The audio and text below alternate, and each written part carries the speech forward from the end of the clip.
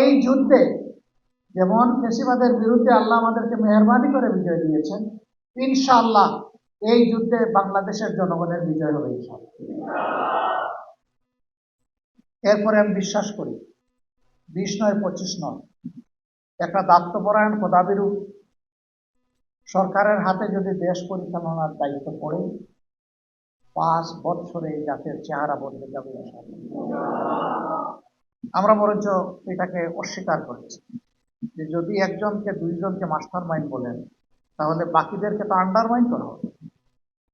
আমরা তো কাউকে আন্ডারমাইন্ড করতে চাই না, আমরা প্রত্যেক যোদ্ধাকেই সম্মান জানাতে চাই এবং কালেকটিভলি সকল যোদ্ধারাই হচ্ছেন আমাদের মাস্টার মাইন্ড, কোনো একক ব্যক্তি নয়। ইনশাআল্লাহ আমাদের লড়াই চলবে, সাথে এই সাংবাদিক বন্ধুদেরকে আমরা পাবো আশা করি। তোলার আমাদের সব কথা সবার পছন্দ নাও হইতে পারে এবং সব কথা সঠিক নাও হয়। যদি বেঠিক কোনো কথা বলে ফেলি আপনারা দয়া করে আমাদেরকে বলবেন। সমাজের 2টা সেকশন 4D ডাইমেনশনে যায়, একটা রাজনীতিবিদ, তাদেরকে সমাজের সব দিকে চোখ রাখে, আর একটা সমাজের দর্পণ মিডিয়া, তাদেরকেও সব দিকে চোখ রাখে। এবং এই 2 ফোর্সের যখন যথাযথ প্রপার কম্বিনেশন হয়, সম্মিলন ঘটে, তখন একটা সমাজকে কেউ আর আটকায় রাখতে পারে না, এটা দুর্বার গতিতে সামনের দিকে। এই জন্য আমাদের বড়ই প্রয়োজন এই বোঝাপড়ার জায়গাটা। ভালোকে বিকশিত করবেন, মন্দকে ধরে দেবেন।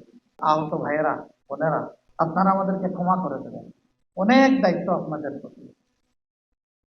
স্রেফ খুশি করার জন্য এই কথা বলছি, আল্লাহকে সাক্ষী রেখে হৃদয়ের গভীর থেকে বলছি। আমার বিবেক বলে এই দায়িত্ব আমরা যথাযথভাবে পালন করতে পারি। একজন শিক্ষিত, তিনি যথাযথ একজন শিক্ষিকারী পরিচয় দিয়েছেন, মাহেরুল চৌধুরী। আমি বলি না, তিনি যথাযথ একজন মায়ের পরিচয়। ওরকম বহু শিক্ষিকা আছে, বহু শিক্ষক আছেন, তারা মা হতে পারেন না, বাবা হতে পারেন না, কিন্তু তিনি তার জীবনটা উপহার দিয়ে মায়ের পরিচয় দিয়ে দুনিয়া থেকে বিদায় নিয়েছেন। দোয়া করি আল্লাহ তাআলা তাকে জান্নাতুল ফেরদাউসের উচ্চ মাকাম দান করুন।